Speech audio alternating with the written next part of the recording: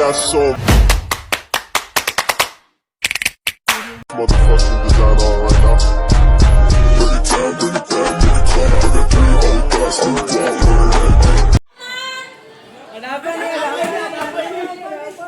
Ada video penjelasan tentang sistem komputer di video ini. Bagaimana penjelasannya? Kita simak baik-baik ya.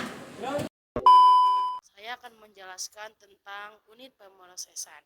Bisa dilihat di gambar ini, komponen perangkat keras yang merupakan unit komputasi inti di sebuah service dan perangkat pintar lainnya mengubah data menjadi sinyal digital dan melakukan operasi matematika. CPU adalah komponen utama yang memproses sinyal dan memungkinkan komputasi. Selain itu juga ia sirkuit elektronik di dalam komputer yang menjalankan perintah untuk membentuk program komputer. Unit pemrosesan terdiri salah satunya dari prosesor. Bisa dilihat di gambar samping ini, yaitu prosesor. Prosesor atau sering disebut dengan CPU, Central Processing Unit, merupakan perangkat yang berfungsi untuk mengatur dan mengkoordinasikan semua proses yang terjadi di komputer CPU. Terdiri dari 2 bagian fungsional yang disebut dengan Control Unit yaitu CU dan Arithmetical Logical Unit yaitu ALU. Menjelaskan tentang ROM dan BIOS seperti gambar di samping sini. ROM untuk menyimpan informasi-informasi yang digunakan untuk menjalankan komputer ketika komputer dihidupkan.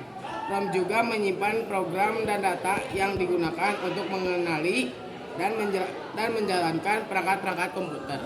Saya akan menjelaskan tentang port, ya seperti ada di gambar ini di sini. Port motherboard yang menyediakan port yang digunakan untuk koneksi ke berbagai perangkat. Contohnya printer. Banyak jenis port umum yang digunakan seperti serial port paralel, PS2, dan USB. Saya akan menjelaskan tentang bus. Di sini fotonya.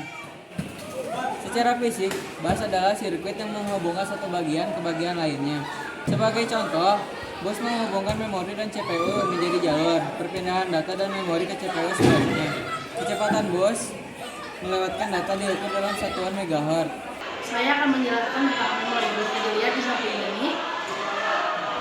RAM atau memori sehari-hari lebih dikenal dengan istilah memori. RAM digunakan untuk menyimpan perintah dan data. Sementara ketika perintah dijalankan, data diproses. Sampai saat ini ada beberapa tipe RAM yang dikenal, yaitu antaranya dynamic RAM, statis RAM, smart, dynamic RAM, Stalma, dan double data. Saya akan menjelaskan tentang perangkat input. Di sini fotonya. Perangkat input adalah perangkat yang digunakan untuk memasukkan data atau informasi ke dalam sistem. Beberapa contoh perangkat input yang umum digunakan adalah keyboard, mouse, scanner, kamera, dan mikrofon. Akan menjelaskan tentang output seperti ada di gambar di samping sini. Output adalah perangkat yang digunakan untuk menampilkan hasil dari proses yang telah dilakukan oleh sistem atau program komputer. Beberapa contoh perangkat output yang umum digunakan adalah layar monitor, speaker, printer, dan proyektor. Menjelaskan penyimpanan data seperti ini contohnya.